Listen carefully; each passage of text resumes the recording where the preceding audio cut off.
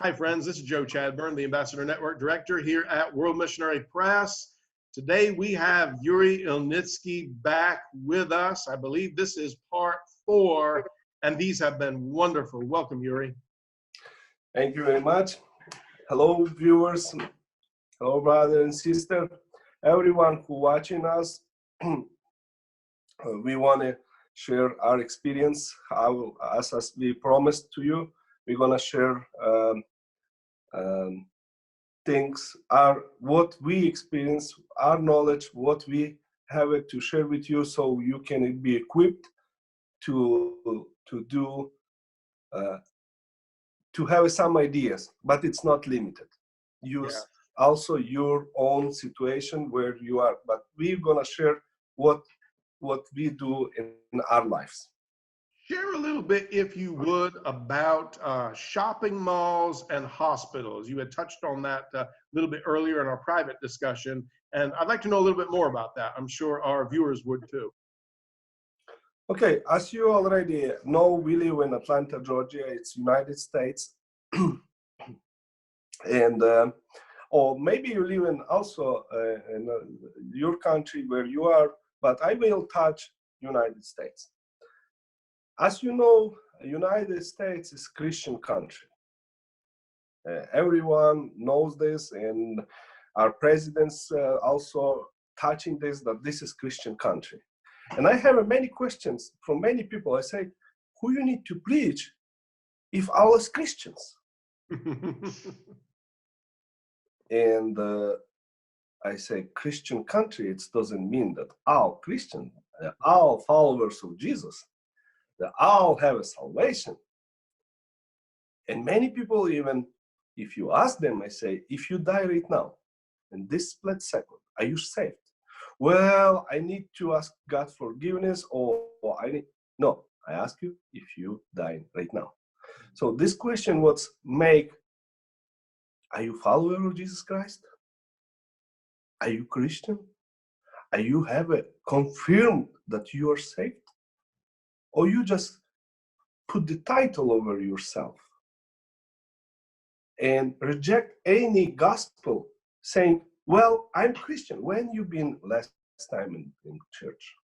Well, maybe last year or 2 years ago. This is very common answer to me. So I assume this is not. We sometimes put the mask and lie to ourselves. The biggest harm we can done to ourselves, it's lie. We can lie to ourselves, I'm Christian, I'm good, I don't need God.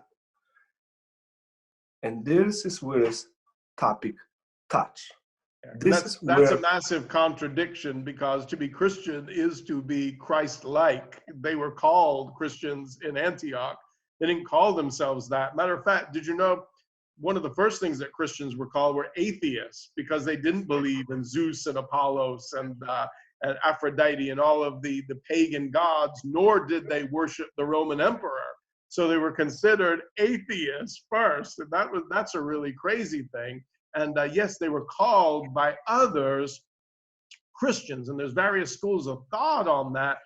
But to me, it should be that, hey, Jesus is shining through this person's life in such a way that we see that something is different. And we talk about, a Christian nation. It doesn't mean that the United States, that term is used very loosely. It doesn't mean that everything has been godly from its inception. It doesn't mean there's not been terrible things that have misrepresented Jesus.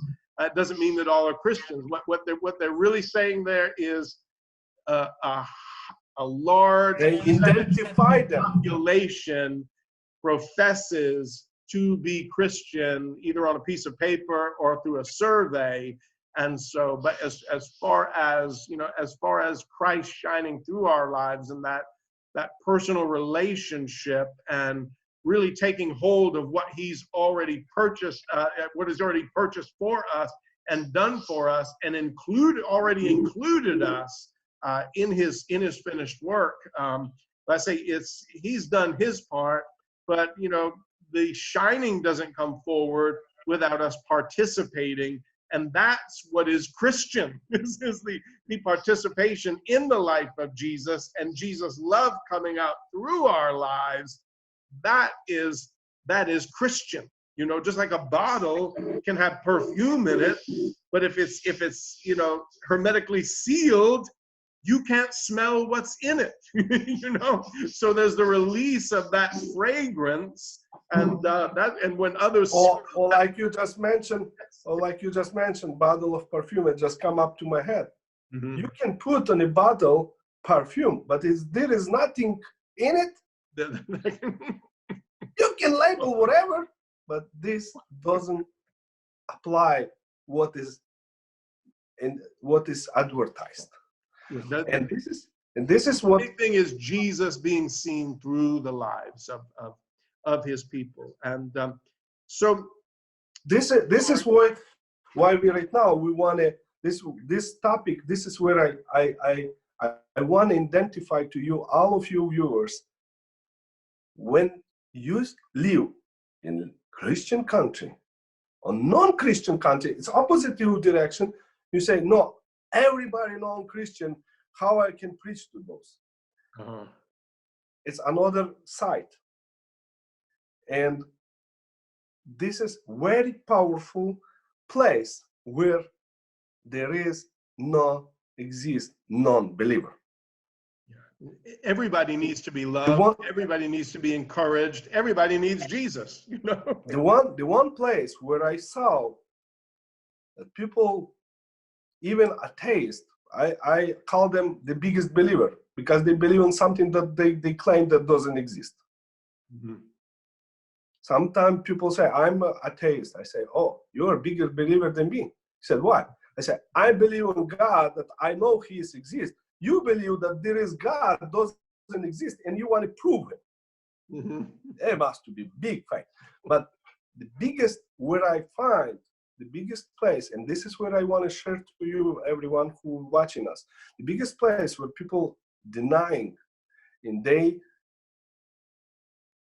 cannot say, I'm not Christian, I'm Christian, I'm Muslim, because everyone know that the end is coming, and they will, their exam moment, the examination is coming and very soon, and they feeling that place is, yes, is hospital.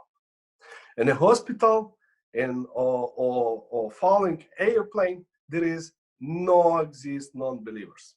Mm-hmm. Those people, everyone want to know what's about God, what's about their situation, what's going to happen when they die, what's going to happen on the last second when they breathe. They want to know why they feeling fear, why they feeling anxious, why so much stress. And that place is hospital. It's the best place for me to go on it, because that place, and for you, I encourage you, you try. This is actually my first place where I start sharing the gospel. In my church, when I first become a Christ follower. People took me to hospital, and I start serving those people with empty eyes, with scary eyes. And they was listening those gospel, and I saw that in that second. I understood the people, who they are, those titles, those how much they money have, how much, which title they are, how much power they have. In the hospital, they are all the same. Let me ask you a question. I'm very interested in this. I want to ask you this question. Now, when you're talking about visiting the hospital, are you talking about being invited by sick people to go to their hospital rooms, people you know?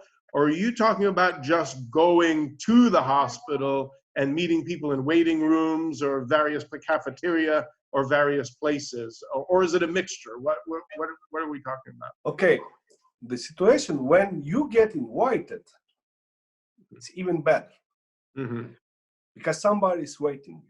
Yes. And when you visit that room, in the United States, it's individual room for individual person. But in many places, if we go back, sometimes you share. Yeah. Yeah, and we go back in Russia, ex-Union Soviet, In one room, there is 10 people. So when you speak into one, 10 person listen to you. Yes. So it's the best opportunity to share the gospel, even not to coming. And those 10 people who listen to you, they have questions. And once you feel almost finishing, they raise it, hey, little brother or young brother or young person, can you come to me? I have a question. Mm-hmm. And you cannot come out from the room until you visit everybody, because everyone have a question. What's going to happen with their life? And this is the best opportunity. They don't rush anywhere. They not say, oh, I don't have time. I'm busy. I have a job to do. They want to listen. They want their answers. They want to, even if they are Christians, they want to settle their situation. If you not, the other situation where we usually, I'm coming not because invitation. I'm coming because I know this is maybe last second the person have in their life. Mm-hmm. And if I came there, we don't know, because God puts, we need to understand God, how God works. God works through situations. Mm-hmm. If you meet one person one day before, somewhere in a mall, he may not give you even 5 seconds to talk. Mm-hmm. But if somebody, his kid, is in emergency room and he is waiting, mm-hmm. he have all the time for you, and doesn't matter his position, he have all the time for you to talk, and he want to get somebody step up on his back and pray and support him psychologically, emotionally, and spiritually. Yes, and the Lord will use that situation. I never believe the Lord brings evil on people, but he will work all things together for good and use us strategically in those situations to love people, to minister to people. No, I think that's very powerful. So you go sometimes, do you go to the hospital sometimes just uninvited? Yeah, but most of the time we do this. Okay. We go to hospital, we visit the hospital, and once we there, we have a very good tool, which I encourage you, everyone, to get this, because this is the best tool.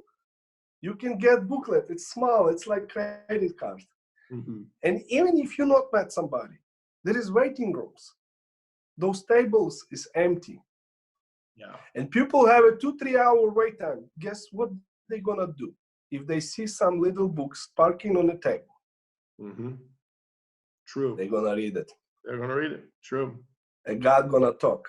Even if you're not there, God gonna talk through that little book. Mm-hmm. And if you meet somebody, yes, you can tell. Back in here in the United States, I have a very big opportunity in hospitals when I was working as an interpreter, as translator.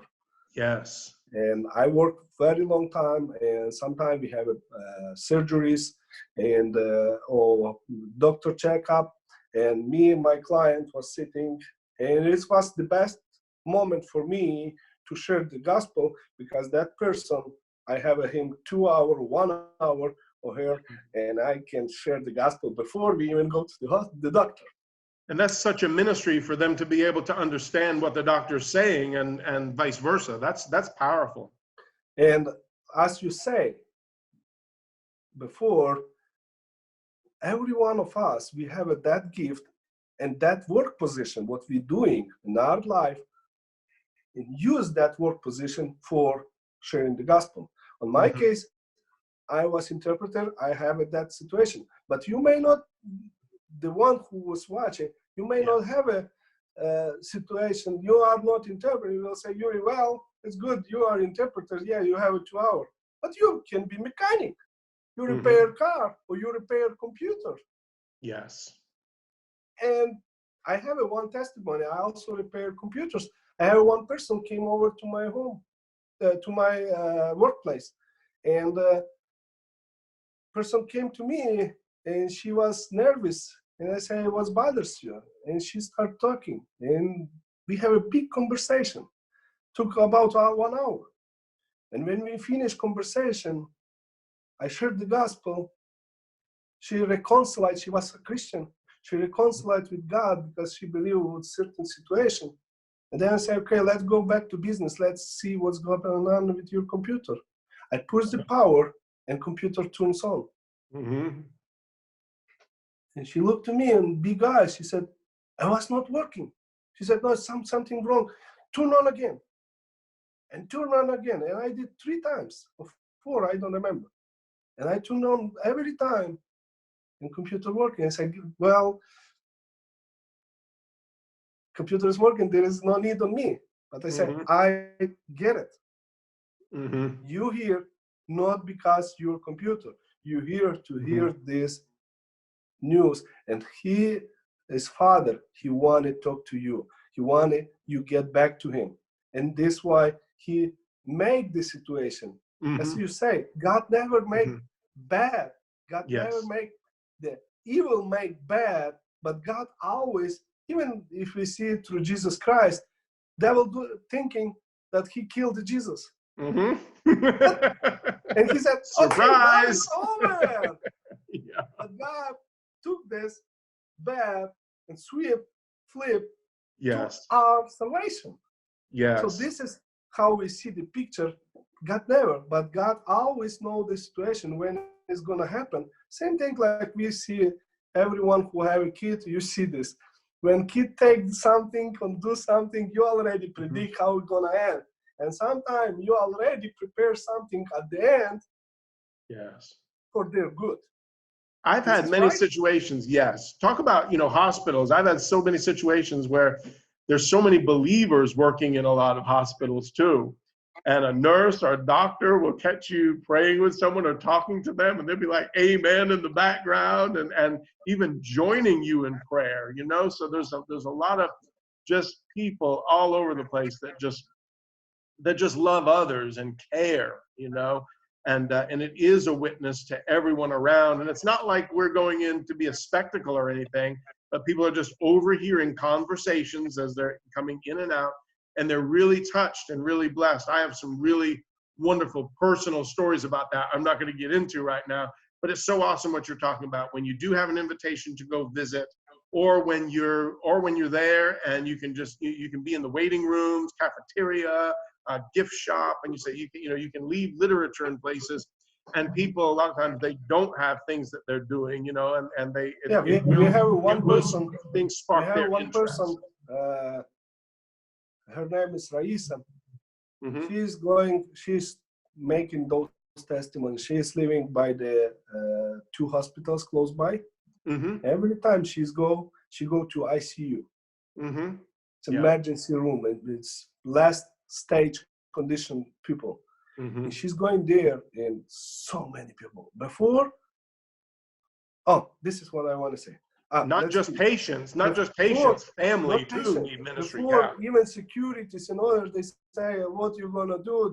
You are invited, who you gonna visit? And she just showed the booklet like badge, invitation badge. They say, oh yeah, sure, they need it. So believe. This is what I want to say to every one of you. Believe. There is not a few people who sharing gospel. Many people who sharing gospel. And you don't be afraid. You're not alone. There is many people who doing, like you just mentioned, nurses, doctors. Some doctors, even non-believers, they say, well, there is nothing I can do. Only thing you can do is pray to God. Unconsciously, they understand there is somebody more powerful from their knowledge. Yes, absolutely. And they are using God, using them as a vessel to those people to thinking to get saved, to reconcile, or to ask Jesus in salvation to be saved. Yes. Before we close out this portion of the interview, I believe, if I heard correctly, that you compared even ministering the hospital to ministering in a shopping mall, and you said the hospital was much more effective. Is that correct? Oh yeah. If you go to, I'm experienced, and I like statistics. In statistic, if you go to shopping mall, they don't need God. They don't have a time. But in the hospital, they always rush. I don't say everyone, Sure, But sure. on the Because you can minister to statistic, people in I the can say mall, but 90% they tend to be on the rushing, mall, wanting to buy something, doing something, busy. Consumerism. yeah, on the mall, this is, listen very carefully. On the mall, 80% of people rejecting good news. They don't want to hear. On the hospital, 90%, 95%, they want to listen to this good news. Wow. So you have It's big 20% flip-flop. versus 90%. Yeah. So on the malls, people get more busy. But like I just mentioned few minutes ago, God sometimes puts situations that person who reject few minutes ago in the mall, they can be next day in a situation where they needed God. So we don't need to say, oh no, then okay, mall I'm not gonna go with this God, I'm gonna go. No, mall also we use mall very often, more often than hospitals, because I know on that busy, I know that they not have a time to meet to speak. This is this difference. On a hospital, you have a personal moment to speak one-on-one, and they have questions. They can accept Jesus Christ to their lives. They can reconcile with God if they've been already Jesus followers. On the mall, you don't have that opportunity. But there is where is come the ministry of the World Missionary Press, VMP press.org. You can type in you will have it, that little tool. They send booklets, small booklets on 200, how many? 300 something languages? 348 different languages. 348 languages. Yeah. And count. you can have it, that tool to spread the gospel even in a mall when the people so much busy, so much not have a time to listen to you. You can give books. Sometimes we give, believe or not, we give 500 books in less than 30 minutes. Wow. It's just fine. And that's a huge number. Yeah. No, we have bigger, but that moments people not have a time. But I know that they're gonna put their pocket, and when it's come situation when they needed the mostly God gonna start speaking to them, because the God's word is already with them. And this is where I encourage you to go even in the malls to preach the gospel, because this is where you can not preach like speaking, but you can sharing like seeds, like spreading seeds to those people. And when they are ready, the God gonna use that situation. And the last thing I'm gonna tell, that not only me is doing this, or my wife, we're doing mostly whole family. Yes. And you know who is the bigger spreader or seeder? Kids. Yeah. Kids is the biggest spreader. And they do so quickly. If I need to do it, I may give 50. But everywhere. Yeah. And it's what's joy my heart. And I want to encourage everyone to try this and encourage your kids when his time is right. Because I saw one situation, and this is testimony. We've been in the mall, and my daughter I give it to one person. She was I don't remember, Hindu or Muslim. I don't remember now exactly, but I give it the book, and she said, "No, thank you." Okay. Remember, it's very important. Never argue with people. If they not want it, don't start talking back or something. Thank you. I respect. Yes. And few steps farther, maybe 5-6 steps farther, was my daughter there. And she's stretching the same book. And I say, I already gave it to this person. And that person looked to my daughter. She was 7 or 8 years old. She smiled, said, "Yeah, thank you." My heart is get melted. I say, "God, how wise you are. You use if there is not that kid was there, that person may never hear about Jesus Christ. Now she have opportunity to hear this. So if you do witnessing in the hospitals, we're gonna share many more places, and we're gonna share more and more testimonies. But if you're gonna do it, don't do it alone. There is one word in our country says, if you want to teach your kids something, they will be not how you're gonna be taught, not how you're gonna teach. They will be how you are. So if you want your kids be a missionary, a burning fire for God, take them with you, so they see what you're doing. They will be doing the same, and God use them more powerfully, much more powerful. I have many more testimonies, but with lack of time, we're gonna round up, and we're gonna continue in another cycle to share more testimonies and more tools where we can use it. And if you hear this and you see that this is important to you or to your friends, share this through social media, to Facebook, to YouTube, whatever, and this be helpful to other people too. Okay. Yes, we're going to talk in future interviews here, because I know you've been to outside of the Super Bowl, you've been to Bonnaroo Music Festival. There's a lot that you're doing.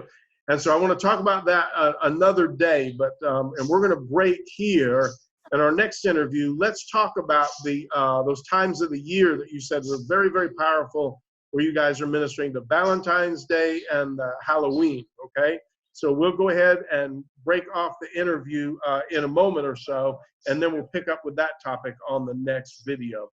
Yuri, thank you so much for all that you're sharing. This is wonderful. And I know everyone at home, you're listening to this, and you probably want to share it with your family, and just listen again so that you're really catching the spirit of what Yuri is saying. Because he's not just telling you to do something, he does this. I follow him on Facebook, and we interact, and I see the things that he and his family are doing, and their heart is so into it. We're just so thankful for them. So once again, by the way, the biggest platform right now, what Christians can be used, it's social media. Social media. You can reach so much distant. The person who is using this is, I see, we receive many prayer requests. We already start group international prayer group. We have about 1,600 people there, and people sending from different countries. I never been there, and I may never will be, but they hear God's good news through social media. Don't underestimate. This is very powerful tool to also spread the gospel for other nations. Absolutely. And thank you once again, Yuri, for being with us. Thank you to all our viewers, listeners. We love you so much. Have a great week.